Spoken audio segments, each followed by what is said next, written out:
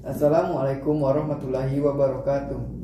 Di sini, saya dan teman-teman saya akan memaparkan kajian kebahasaan morfologi yang beranggotakan Nadia Maharani Putri dengan NPM 20506148, Putri Dwi Karla dengan NPM 20506166, dan saya sendiri, Randy, dengan NPM 20506142. Morfologi berasal dari kata morf yang berartikan bentuk, dan katalogi yang berartikan ilmu.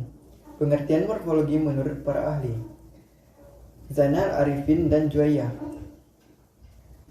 memberi pengertian bahwa morfologi yaitu ilmu bahasa tentang seluk-beluk bentuk struktur kata. JWM Firhar memberikan pengertian bahwa morfologi merupakan salah satu cabang linguistik yang mengidentifikasi satuan dasar bahasa sebagai satuan gramatikal tulisan. Ramlan.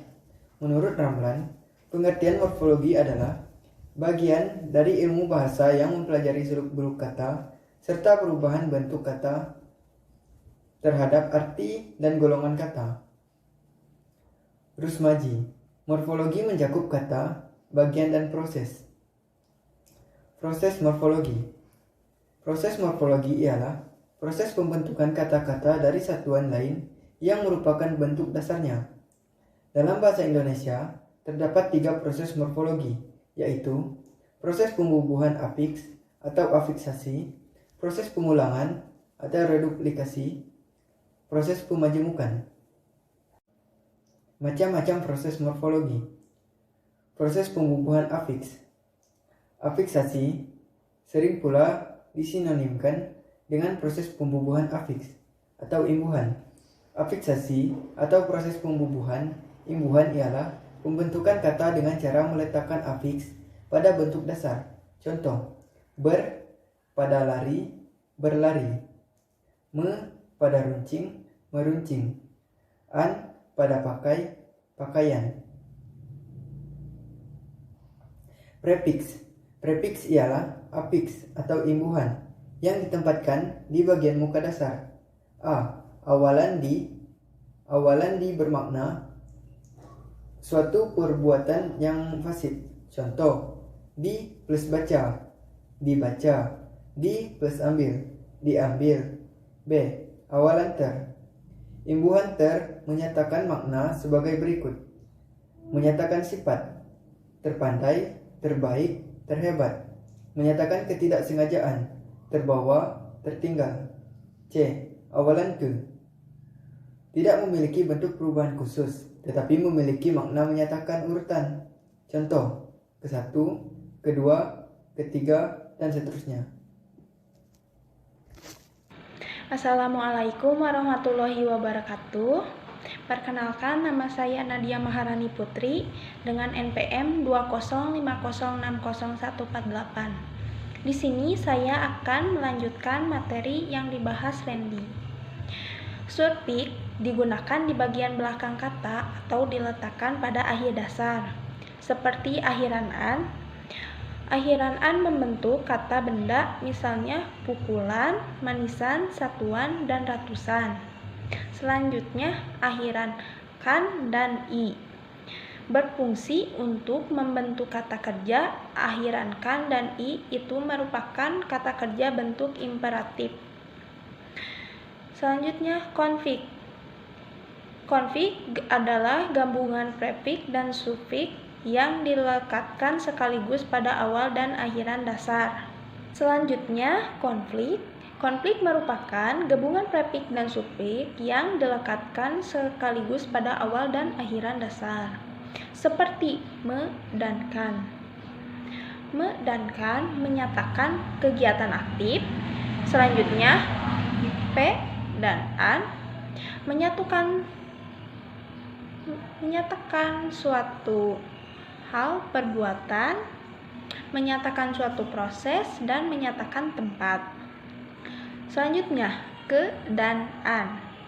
Konflik ke dan an berfungsi sebagai pembentuk kata benda abstrak, misalnya kepandaian, kecepatan, keindahan, dan kesehatan. Selanjutnya, per dan an.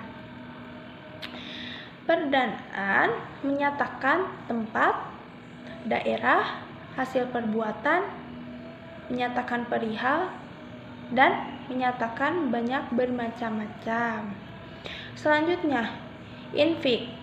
Infik adalah imbuhan yang berletak di dalam kata. Jenis imbuhan ini tidak produktif, artinya pemakaiannya terbatas hanya pada kata tertentu. Proses pemajemukan. Proses pemajemukan atau komposisi merupakan proses penggabungan dua kata atau lebih sehingga membentuk kata majemuk atau kata yang memiliki arti baru. Macam-macam kata majemuk yaitu kata majemuk setara, yaitu kata majemuk yang unsur-unsurnya sederajat, contoh jual beli, tua muda. Selanjutnya, kata majemuk tidak setara, yaitu kata majemuk yang unsur-unsurnya tidak sederajat, contoh sapu tangan, kamar kecil. Kata majemuk hibridis yaitu kata majemuk yang merupakan gabungan dari unsur bahasa Indonesia dengan bahasa asing, contoh tenis meja dan bumi putra. Selanjutnya, kata majemuk unik. Kata majemuk yang salah satu unsurnya hanya dapat bergabung dengan kata pasangan itu, tidak dapat bergabung dengan kata lain. Contoh. Assalamualaikum warahmatullahi wabarakatuh. Perkenalkan, nama saya Putri Dwi Karla, MPM 2050166. Di sini saya akan menjelaskan tentang proses pengulangan atau reduplikasi. Reduplikasi merupakan proses pembentukan kata ulang. Macam-macam kata ulang yaitu Dwi Purwa, Dwi Lingga, Dwi Salin, kata ulang perimbuhan, dan kata ulang semu. Pengertian morfem. Morfem adalah satuan bahasa yang turut serta dalam pembentukan kata dan dapat juga dibedakan artinya. Morfem juga dapat dikatakan unsur terkecil dalam pembentukan kata dan disesuaikan dengan aturan suatu bahasa. Jenis-jenis morfem. Morfem dibagi dua yaitu morfem bebas dan morfem terkait.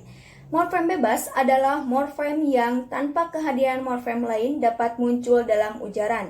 Sedangkan morfem terkait adalah tidak memiliki makna leksikal, artinya morfem itu tidak dapat berdiri sendiri tanpa bantuan morfem lain.